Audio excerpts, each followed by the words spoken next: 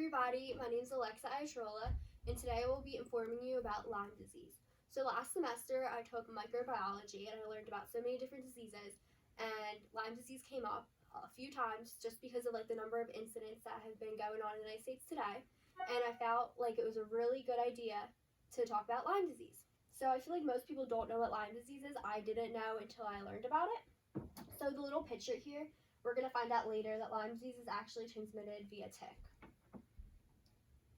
So Lyme disease is a debilitating and devastating disease that is affecting many people in the United States today. In order to understand the seriousness of contracting Lyme disease, it's necessary to examine its causes, symptoms, stages, and the treatment of Lyme disease. So just like a little opening scenario, pretend you're on a camping trip and you wake up the next morning, you have these really weird flu-like symptoms, but you know it's not the flu because you had the flu before, and you're just like, oh, what happened to me? You're confused, you don't know what to do. And that's what Lyme disease feels like. You're going to feel these aching joints. You're going to have such a severe headache, you're not going to know what to do because it's so bad. So a little about Lyme disease. It's caused by a corkscrew-shaped bacterium called the Borrelia fungi. That's its scientific name. And it's called the Great Intimidator because the side effects mimic many other diseases. It can affect any organ of the body, brain, muscles, heart, and including the joints.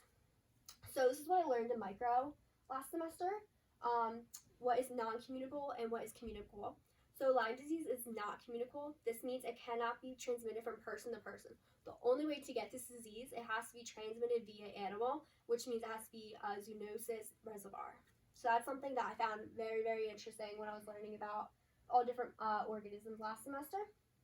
So it started in 1970s in Connecticut, Lyme. These children started to get symptoms of swollen knees, rashes, and headaches.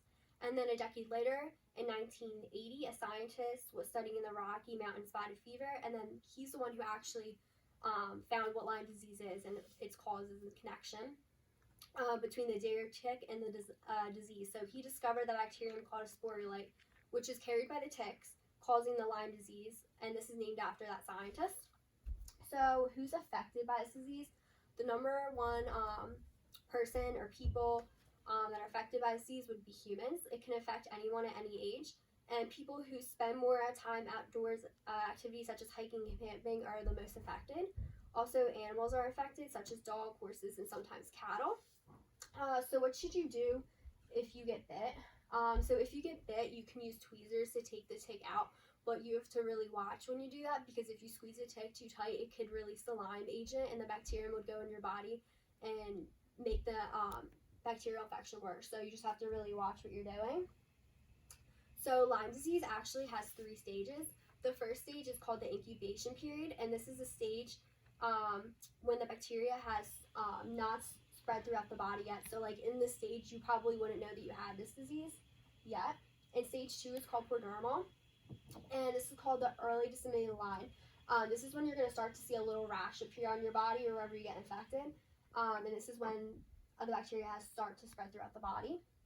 Stage 3 is called the period of illness. This is the worst stage that you can be in any disease. This is when the bacteria has completely spread throughout your whole body and you're completely affected. So you definitely don't want to be in stage 3. And then some risk factors for Lyme disease obviously includes like doing outside activities, hiking, camping, gardening, walking in high grasses, and having pets that also can bring ticks into the house. So some symptoms of Lyme disease, fatigue, restless sleep, pain, aching joints, muscles, speech problems, and short-term memory problems as well. So Lyme disease actually has 3 stages. In the first stage, like I was explaining earlier, you get that bullseye rash. So it's going to appear big, red, and swollen on your body. And then the second sign would be you're going to feel tired, like this man in the picture. You're going to also have a sore throat, fatigue, headache, stiff neck, and all muscle ache symptoms. And then sign 3 is chronic Lyme disease. And then in this stage, you're definitely going to feel those aching joints.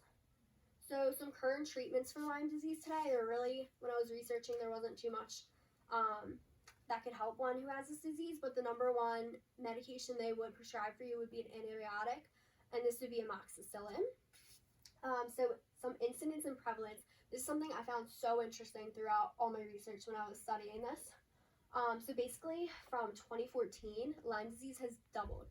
the whole incidence and prevalence and number of reported cases of Lyme disease has doubled in the last like 6 years, which I thought was crazy because I really don't know anybody who's affected by this disease.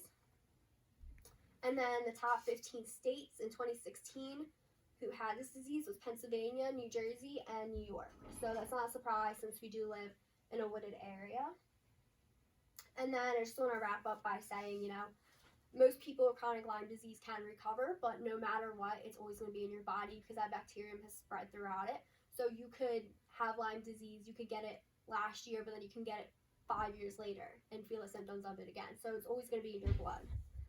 And then that's it. Thank you guys.